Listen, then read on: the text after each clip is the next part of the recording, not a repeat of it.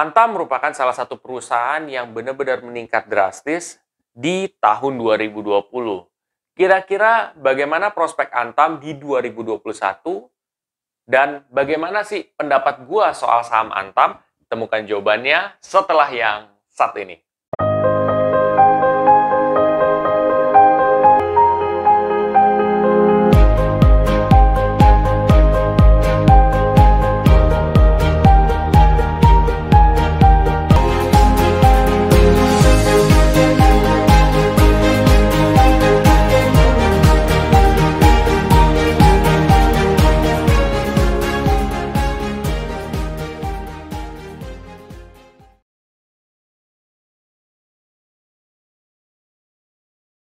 Oke, jadi gini teman-teman, Antam.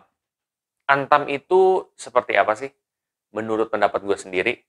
Nah, Antam, kita mungkin ngomong dari positive news-nya dulu ya. Nah, positive news atau berita-berita bagusnya adalah, yang pertama, itu gue melihat kinerja dalam 1 tahun terakhir, Antam ini memang progresnya itu cukup signifikan, yaitu untungnya lebih daripada 100%. Ini berdasarkan kinerja masa lalu saat ini. Bisa jadi ketika kalian menonton ini di kedepan hari, itu sudah berubah. Oke, jadi secara kinerja itu naiknya cukup signifikan. Dan ini juga menarik perhatian gue untuk melihat bikin video ini, gitu kan. Nah, selain daripada kenaikan yang sangat signifikan ini, itu ada juga pemberitaan positif lain. Seperti contohnya Tesla bakal datang di Indonesia, atau dia bakal datang ke Indonesia. Nah, bakal datang ke Indonesia salah satu aspeknya karena dia juga melihat source nikelnya. Ada sumber nikel yang cukup besar. Nah, ini bisa menyebabkan saham Antam juga naik ya. Dan kenapa orang minat untuk invest di saham Antam juga bisa jadi karena hal ini. Kenapa? Karena ketika gue bongkar lagi, ketika gue search di Google, ternyata gue menemukan fakta bahwa sebenarnya Antam ini dari segi penghasilan itu berapa puluh persen, jadi mayoritas persentasenya itu di emas, terus juga ada persentasenya itu di nikel, sekitar berapa ya, 15-17% ya, pokoknya belasan persen, jadi itu persentase yang didapatkan dari nikel, sisanya dari tambang lainnya, seperti apa, boksit, ya pokoknya ada beberapa lain, ya di sini juga datanya gue bakal tongolin juga. Nah, di situ kita bisa lihat bahwa sebenarnya berarti banyak orang juga yang mungkin invest di sini, ya kan, disebabkan karena bakal adanya berita Tesla yang bakal datang ke sini. Dan tentunya kalau dia datang ke sini, dia akan bikin pabrik di sini, dia salah satunya membutuhkan nikel ini. Mungkin ini yang menyebabkan saham Antam naik, ya, di salah satu aspek. Di aspek kedua, mungkin yang gue lihat di sini adalah dari segi emasnya. Nah, Antam ini kan dia source income-nya yang paling gede itu dari emas ya. Nah, kalau emasnya ini yang gue lihat kan sekarang di saat ini pandemi kan. Di saat pandemi kayak gini, ekonomi nggak stabil, kira-kira orang akan larinya kemana? Oke, banyak kan ternyata orang larinya juga ke emas. Karena emas ini dia cukup stabil gitu. Jadi kalau turun nggak turun banget, naik juga. Ya naiknya cukup signifikan gitu. Karena memang di saat perekonomian tidak stabil, emas malah justru naik gitu kan. Seperti itu guys. Jadi mungkin ini sektor yang didemenin orang juga. Nah, ini bisa menyebabkan orang, wah kayaknya gue mendingan invest di sini nih gitu kan. Bakal potensinya gede nih, ya kan. Jadi seperti itu guys. Jadi itu merupakan salah satu aspek yang gue pikir itu menyebabkan saham Antam sempat naik ya gitu. Gue nggak tahu di kedepan hari bakal seperti apa. Itu dari sisi positive news. Lalu, dari negative news. Negative news-nya apa? Negative news-nya di sini adalah Antam sempat digugat oleh pengusaha Surabaya sebesar 1,1 ton emas gitu. Karena jadi gue nggak tahu ya, ini berdasarkan yang gue dapat informasinya dari Google juga ya. Nah, ternyata itu disebabkan oleh dari pengusaha Surabaya itu dia membeli emas sekian, ternyata dia dapatnya cuma sekian gitu. Jadi kurang daripada seharusnya. Nah, mungkin itu yang menyebabkan salah satu aspek sempat ya saham Antam ini turun untuk akhir-akhir ini gitu. Itu bisa menjadi aspek juga tuh, ya kan, bahwa pemberitaan-pemberitaan negatif itu tuh bisa menjadi aspek, guys. Tapi, nah, semua ini balik kepada fundamentalnya juga. Jadi aspek yang mesti kalian lihat selanjutnya adalah fundamental. Oke, fundamentalnya seperti apa sih?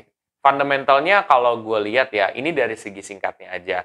Jadi gue biasanya kalau fundamental, gue ngelihat daripada net income-nya. Terus gue juga lihat daripada current ratio, debt to equity ratio.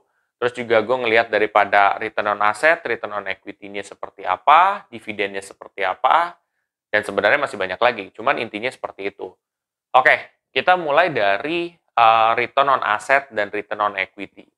Nah, return on asset itu di sini gue menilai bahwa ya cukup bagus gitu, cukup masih positif. Artinya berarti perusahaan Antam ini cukup efisien dalam mengelola asetnya.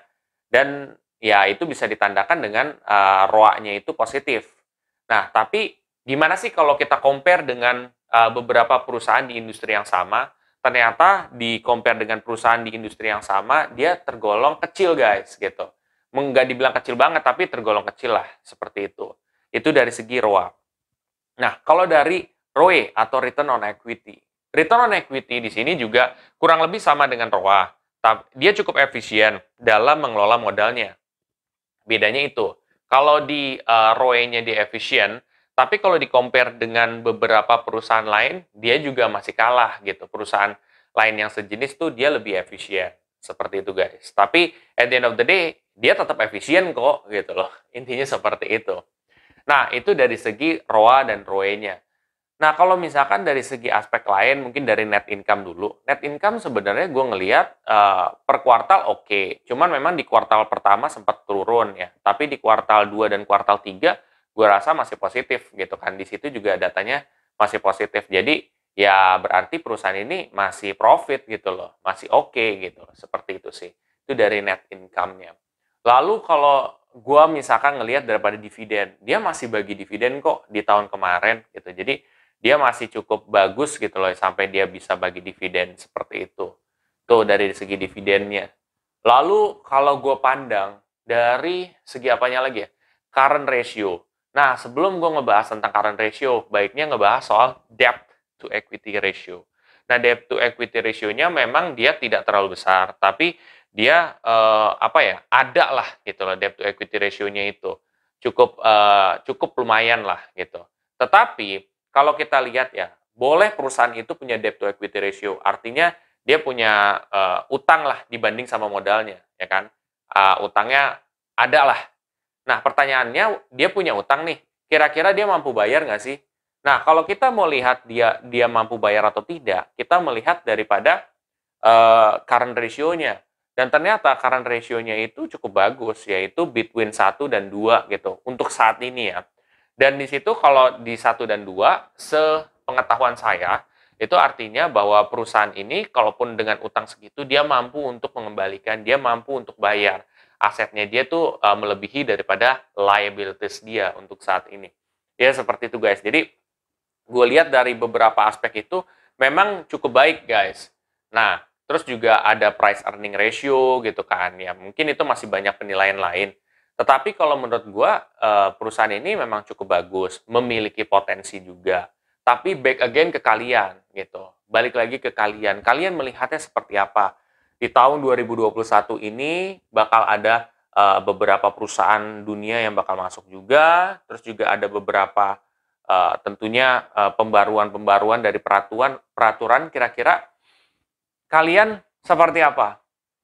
Menurut kalian Antam ini tetap bagus atau tidak? Nah, kalau kalian merasa ini bagus, ya silakan untuk invest. Gue tidak memaksa kalian untuk invest di sini, ya. Karena keputusan investasi balik lagi kepada diri kalian sendiri. Oke, gitu aja sih yang gue bisa sampaikan di Antam. Ini aja udah panjang banget ya, makanya gue udah coba untuk potong deh. Oke, kalau kalian merasa video ini sangat bermanfaat, kalian bisa share aja ke teman-teman kalian yang lain. Dan jangan lupa untuk subscribe, like, dan komen di video gue. Sampai jumpa di video gue selanjutnya. Terima kasih.